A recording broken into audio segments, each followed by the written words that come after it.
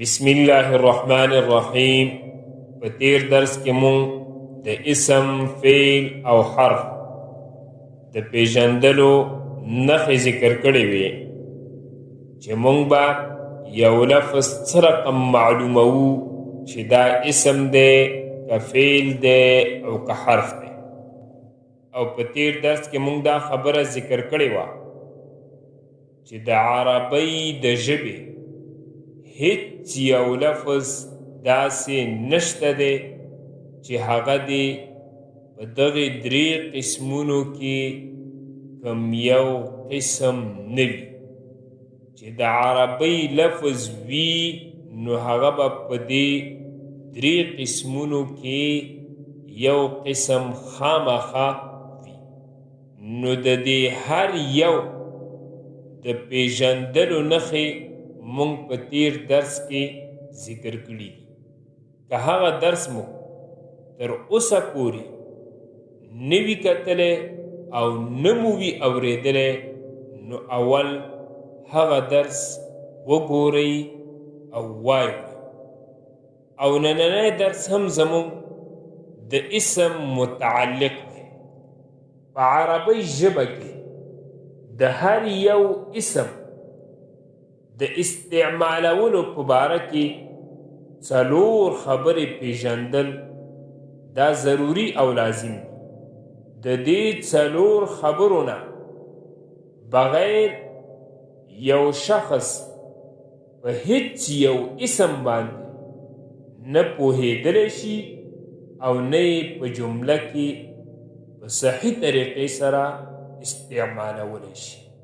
په دې څلور خبرو کې اول نمبر خبره ده د اسم معرفه یا نکره کېدل. دې ته به مونږ وایو د اسم اولنی تقسیم په اعتبار د معین او غیر معین سره یا په اعتبار د تعریف او د تنکیر سره.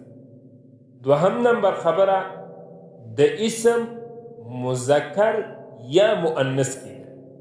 دې ته به مونږ وایو د اسم دوهم تقسیم په اعتبار د جنس سره. دریم نمبر خبره د اسم واحد، تثنیه یا جمع کېدل. دې ته به مونږ وایو د اسم دریم تقسیم په اعتبار د تعداد د افرادو سره. څلورم نمبر خبره اعراب. نو یو شخص ته چې دغه څلور خبرې یادې نه وي نو دغه شخص په هیڅ صورت کې په یو اسم باندې نه پوهېدلی شي او نه یې په جمله کې په صحیح طریقې سره استعمالولی شي. نو په نن درس کې به مونږ صرف او صرف اول نمبر خبره یعنی د اسم اولنی تقسیم په اعتبار د معین او غیر معین یا په اعتبار د تعریف او د تنکیر سره ذکر کړو. نو نننی درس چې زمونږ د اول نمبر خبرې متعلق دی یعنی د اسم د اولنی تقسیم متعلق دی، نو په دې نننی درس کې به مونږ ټول په ټوله څلور خبرې ذکر کو او څلور خبرې به وایو. اول نمبر خبره د اسم اولنی تقسیم به وکړو په اعتبار د معین او د غیر معین سره یا په اعتبار د تعریف او د تنکیر سره. نو دا اول نمبر خبره ده په نن سبق چې اسم په اعتبار د معین یعنی په اعتبار د معلوم او د نامعلوم سره دا په دوه قسمه دی. اسم په اعتبار د معلوم او د نامعلوم یا په اعتبار د معین او د غیر معین سره دا په څو قسمه دی؟ په دوه قسمه باندې دی. یو ته ویلی کېږي معرفه، دوهم ته ویلی کېږي نکره. دا اول نمبر خبره ده په نن سبق. دوهم نمبر خبره د معرفې تعریف چې دا معرفه وایي څه شي ده. معرفه د هغه اسم ته ویلی کیږي چې د یو خاص څیز لپاره وضع کړی شوی وي یا مقرر کړی شوی وي.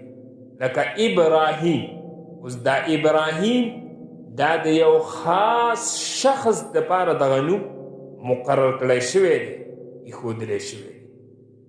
یا مکه، اوس مکه دا د یو خاص ځای لپاره چې دی دغه نوم مقرر کړی شوی دی، وضع کړی شوی دی او ایښودلی شوی دی. دارنګې لغمان، دا لغمان چې دی دا د یو خاص علاقې د یو خاص ځای دپاره چې دی دا نوم وضع کړی شوی دی او مقرر کړی شوی دی. نو معرفه د هر هغه اسم ته ویلی کیږي چې هغه د یو معلوم څیز لپاره یا د یو خاص څیز لپاره وضع کړی شوی وي او مقرر کړی شوی وي. د مقرر او د وضع په ځای به موږ د اسانتیا دپاره ووایو چې ایښودلی شوي وي. معرفه د هر هغه اسم ته وایي چې هغه د یو معلوم څیز دپاره ایښودلی شوي وي. دریم نمبر خبره په نن سبق کې زموږ سره ده د نکرې تعریف، چې نکره څه ته ویلی. نکره د هغه اسم دی چې د غیر معین یا د یو نامعلوم څیز لپاره وضع کړی شوی وي او مقرر کړی شوی وي. اسم وي نوم، خو د یو نامعلوم څیز د یو غیر معین څیز دپاره مقرر کړی شوی. لکه فرس، فرس دا اوس اسم دی، نوم دی، لیکن دا د یو خاص شي دپاره نه دی ایښودلی شوی، د یو خاص د یو معلوم څیز دپاره نه دی مقرر کړی شوی، نه دی وضع کړی شوی، بلکې دا د یو نامعلوم څیز لپاره مقرر دی. فرس دا اس ته ویلی کیږي. اوس اس چې دی هر رقم اس چې هغه ته اس ویلی کیږي. نو داسې نه ده چې یو خاص قسم اسی یا زما چې کوم اسی بس هغه ته اس ویلی کیږي او د بل یو شخص چې هغه ته اس نه ویلی کیږي. نه، فرس دا اس ته ویلی کیږي چې هغه هر رقم اسی. نو دا داسې یو معین څیز لپاره نه دی مقرر، بلکې غیر معین یو نامعلوم څیز لپاره مقرر دی. یا رجل، رجل دا سړي ته ویلی کیږي. اوس سړی، اوس دا رجل یو معین څیز لپاره د یو معلوم څیز لپاره دا نوم نه دی ایښودلی شوی، بلکې د غیر معین څیز لپاره دا نوم ایښودلی شوی، وضع کړی شوی، مقرر کړی شوی دی. ما ته هم سړی ویلی کیږي. دا څومره اورېدونکي چې یاستئ په تاسو کې هر یو ته سړی ویلی کیږي، رجل ویلی کیږي. یو خاص کس دپاره دغه نوم د رجل نه دی ایښودلی شوی. دا دریم نمبر خبره زموږ سره ده په نن سبق. اخرنۍ خبره، څلورم نمبر خبره په نن سبق کې زموږ ده د معرفي اقسام او د هر یو قسم وضاحت. ابا درته ځي. نو دا معرفه چې دا کوم چې مخکې موږ تعریف ذکر کړ، د دې اووه قسمونه دي. دا معرفه دا په اووه قسمه ده. یا داسې به ووایو چې د معرفي اووه نښې دي. که په یو اسم کې د دې اووه نښو څخه یوه نښه هم راغلې وه، نو هغې ته به موږ معرفه وایو. یا که په دې اووه قسمونو کې یو اسم کم یو قسم واقع شوی و، نو هغه به معرفه وي. نو په دې اووه قسمونو کې اولنی قسم د معرفې دی ضمیر، دوهم دی اسم اشاره، دریم اسم موصول، څلورم علم، پنځم معرفه به الف لام، شپږم معرفه به مضاف، اووم معرفه به ندا. د هر یو تعریف درته کوم. ضمیر څه ته ویلی کیږي؟ اولنی قسم د معرفې ضمیر دی. ضمیر څه ته وایي؟ ضمیر دا هغه اسم دی چې وضع شوی وي دپاره د متکلم، د مخاطب یا د غایب. داسې غایب چې د هغې ذکر مخکې شوی وي لفظا یا معنا او یا حکما. دا د ضمیر تعریف دی. خو تاسو دا خبره یاد ساتئ چې د دې ضمیر مکمل وضاحت دا به انشاءالله مونږه وروستو کوو. اوس فی الحال تاسو صرف دغه تعریف د خپل ځان سره یاد کړئ. حکمن څه ته وایي، معنن څه ته وایي، لفظن مطلب یې څه شی دی، د دې تعریف څه مطلب، دا به انشاءالله وروسته مونږه ښه په تفصیل سره ذکر کوو. مثال د دې لکه انا، نحنو، انت، هو، هما، هم وغیره. دوهم قسم د معرفې دی اسم اشاره. اسم اشاره څه ته ویل کېږي؟ اسم اشاره دا هغه اسم دی چې د هغې په ذریعې یو څیز طرف ته اشاره وکړی شي او هغه متعین کړي، یا لنډ داسې پې ځان پوه کړئ چې د کوم لفظ په ذریعې اشاره کولی شي هغې ته اسم اشاره ویلی کېږي. او د دې وضاحت به هم انشاءالله مونږه وروستو کوو. دریم قسم مونږ سره دی د معرفې اسم موصول. اسم موصول څه ته وایي؟ اسم موصول د هغه اسم دی چې بغیر د صلې نه د جملې کامل یا پوره جز نه واقع کېږي. صله څه ته وایي؟ بغیر د صلې څخه د جملې پوره جز نه واقع کېږي. د دې وضاحت به هم انشاءالله مونږ وروستو کوو. خو صرف فی الحال تاسې اوس دا تعریفونه زده کوئ او دا 7 قسمونه د معرفي زده کوئ سره د تعریف. څلورم قسم د معرفې دی علم. علم څه ته وایي؟ علم هغه اسم دی چې د یو خاص شخص یا د یو خاص ځای یا د یو خاص څیز نوم وي. لکه احمد شخص نوم دی، مکه د ځای نوم دی، د خاص ځای، یا لغمان د خاص یو ځای نوم دی، زمزم د خاص یو څیز نوم دی چې زمزم. پنځم قسم د معرفې دی معرفه به الف لام. د دې نه مراد هغه اسم دی چې په هغه باندې الف لام د تعریف داخل وي یا په هغه باندې ال داخل وي. ال لکه الرجل، صرف چې رجل راوالو، رجل دا نکره ده. اوس که په دې رجل باندې مونږه الف لام داخل کړ، الرجل مو ویلې، اوس دا معرفه ګرځي ځکه په دې باندې الف لام داخل دی، ال داخل شي. هر هغه اسم چې په هغې باندې ال د تعریف یا الف لام د تعریف راغلی و نو هغه به معرفه وي. شپږم قسم د معرفې دی مونږ سره معرفه به اضافت یا مضاف به معرفه. د دې نه مراد هغه اسم دی چې د معرفې په طرف مضاف وي. هر هغه اسم چې هغه په طرف د معرفې مضاف و نو دغه اسم هم دا معرفه ګرځي. د مضاف یا د اضافت د دې وضاحت به هم انشاءالله موږ وروسته مرکباتو کې کوو. د دې بیا 5 قسمونه دي چې دا د معرفې طرف ته مضاف وي، چې دا معرفه به اضافت وي یا د مضاف د وجې نه معرفه یو اسم ګرځي. د دې بیا 5 قسمونه دي. اول مضاف به علم، یعنی اضافت علم ته شوي، لکه حبیب الله. علم مخکې وویلې که نه، علم هغه اسم دی چې د یو خاص د یو معلوم شخص یا د یو خاص ځای یا د یو خاص څیز نوم. نو اولنی قسم چې اضافت چا طرف ته شوی وي؟ علم طرف ته شوی وي.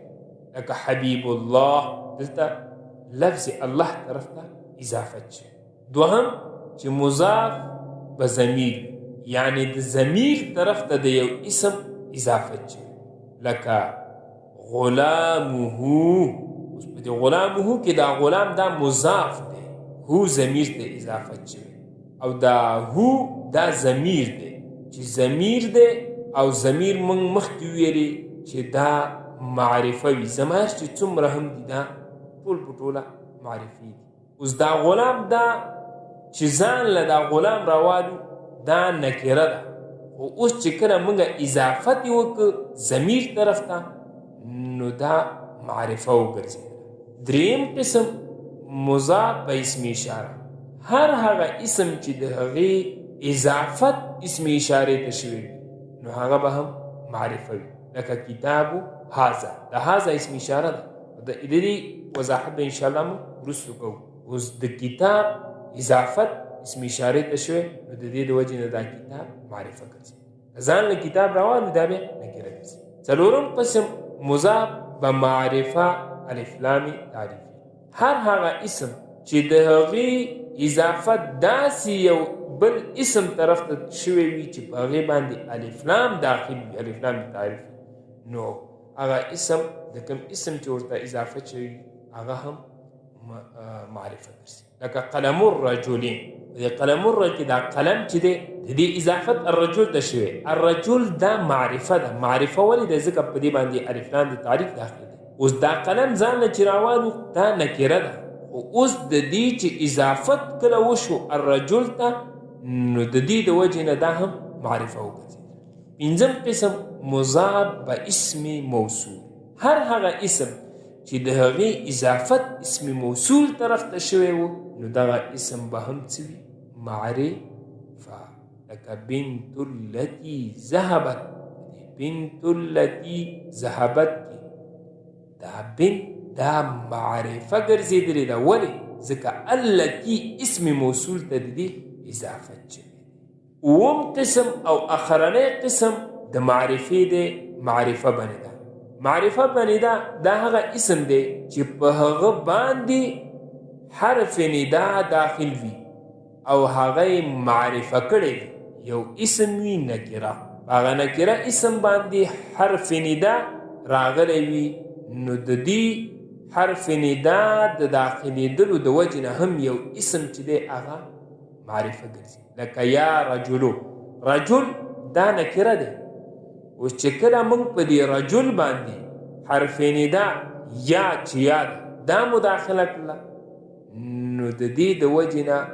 دا رجل دا معرفه وګرځېدله او د دې وضاحت به هم انشاءالله موږ وروسته نو دا زموږ نننی سبق چې په نن سبق کې موږ د اسم اولنی تقسیم تاسو ته ذکر کړ چې اسم په اعتبار د تعریف او د تنکیر سره یا په اعتبار د معلوم او د نامعلوم یا په اعتبار د معین او د غیر معین سره په دوه قسم یو معرفه دوهم نکره بیا دوهم نمبر خبره په نن سبق کې موږ د معرفي تعریف ذکر دریم نمبر خبره د نکرې تعریف څلورم نمبر خبره د معرفي و قسمونه او د هر یو قسم تعریف